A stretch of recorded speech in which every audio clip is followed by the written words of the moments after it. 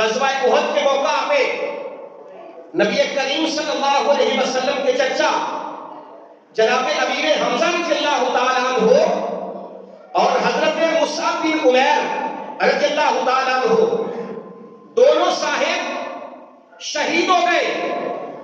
حضور کی پھوپھی جان جناب صفیہ رضی اللہ تعالیٰ عنہا اور حضرت امیر حمزہ کی بہن دو چادریں آپ لے کے آئیں کہ میں ان چادروں کے اندر اپنے بھائی حضرت امیر حمزہ کو کفن دوں گی۔ تو میرے اور آپ کے آقا مولا نے فرمایا پھوپھو جان آپ دو چادریں لے کے آئی ہیں، ایک چادر ہم اپنے چچا حضرت امیر حمزہ کو دیں گے اور ایک چادر مصعب بن عمیر کو دیں گے۔ یہ مصعب بن عمیر کون تھا؟ یہ سرکار کا وہ صحابی ہے کہ مکہ مکرمہ میں میرے اور آپ کے آقا مولا فرماتے ہیں مکہ مکرمہ کے اندر اتنا اچھا لباس پہننے والا اور اتنی اچھی خوشبو لگانے والا کوئی شخص نہیں تھا جتنا عمدہ اور خوشبودار لباس مصعب بن عمیر پہنتا تھا۔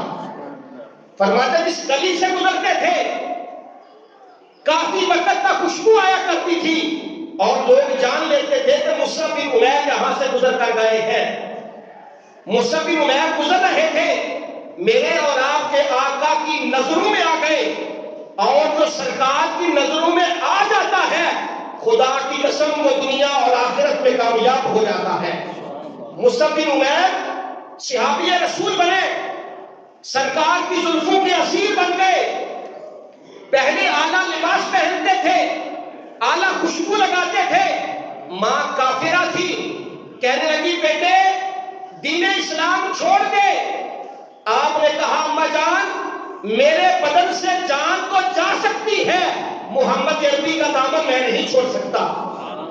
اس نے کہا بیٹے یہ سارا عیش و عشرت میری وجہ سے ہے، اعلیٰ لباس میں لے کے دیتی ہوں، اعلیٰ خوراک میں دیتی ہوں، اعلیٰ خوشبو میں مہیا کرتی ہوں، میں سارا کچھ واپس دے لوں گی۔ بیٹے نے کہا اماں جان اگر آپ یہ ساری چیزیں بھی لے لیں، میرے بدن سے جان بھی لے لیں، تب بھی میں محمد عربی کا کلمہ نہیں چھوڑ سکتا۔ حالات اتنے خراب ہو گئے، مصعب بن عمیر مکہ مکرمہ سے ہجرت کر کے حبشہ کی طرف چلے گئے، جو پہلی ہجرت مسلمانوں نے کی۔ جب حالات بہتر ہوئے تو مصعب بن عمیر حبشہ سے جب مکہ مکرمہ آئے تو آپ نے ایک چادر پہن رکھی تھی، صرف ایک ہی چادر تھی، اس کو بھی پیبند لگے ہوئے تھے۔ میرے آقا نے مصعب بن عمیر کو دیکھا تو آنکھوں سے آنسو جاری ہو گئے۔ آپ نے فرمایا مصعب بن عمیر وہ تھا جو مکہ مکرمہ میں سب سے اعلیٰ لباس پہنتا تھا، میرا مصعب بن عمیر وہ تھا جو مکہ مکرمہ میں سب سے اعلیٰ خوشبو لگاتا تھا۔ اسلام میں آیا تو اس کے سارے معاملات خراب ہو گئے۔ ایک روایت کے مطابق یہ مکہ مکرمہ سے مدینہ منورہ بھی ہجرت کر کے گئے۔ کہتے جب سرکار مدینہ منورہ چلے گئے تو جب یہ مکہ سے مدینہ گئے تو آپ نے یہ بکرے کی کھال کا لباس پہن رکھا تھا۔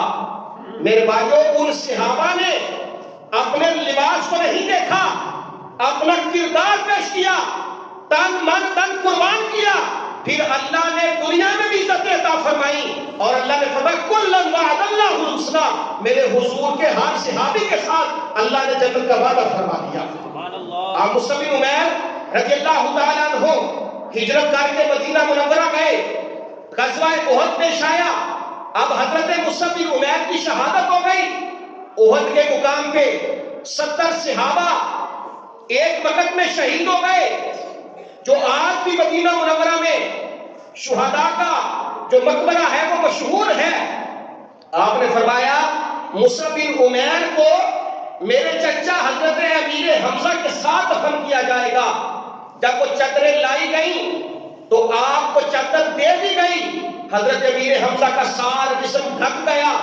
اب مصعب بن عمیر والی چادر چھوٹی تھی، اگر سر ڈانپتے تھے تو قدم ننگے ہو جاتے تھے، قدم ڈانپتے تھے تو سر ننگا ہو جاتا تھا۔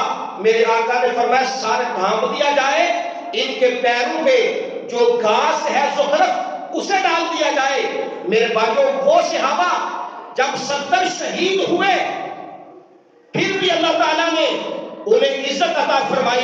لیکن میرے بھائیوں یہ اسلام کے غربت کے دن ہیں، اللہ پھر بھی عزت عطا فرماتا ہے، اور حالات ایسے ہو گئے آج ہم کہتے ہیں اگر معیشت خراب ہوگی تو کفر ہمارے اوپر ٹوٹ پڑے گا۔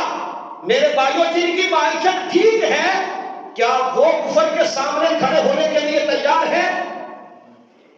میں نے پہلے بھی عرض کیا تھا کہ آج مسلمان اتنی تعداد ہونے کے باوجود کفر کے سامنے سر نگو ہے، بلکہ کفار کے تلے چاٹ رہے ہیں۔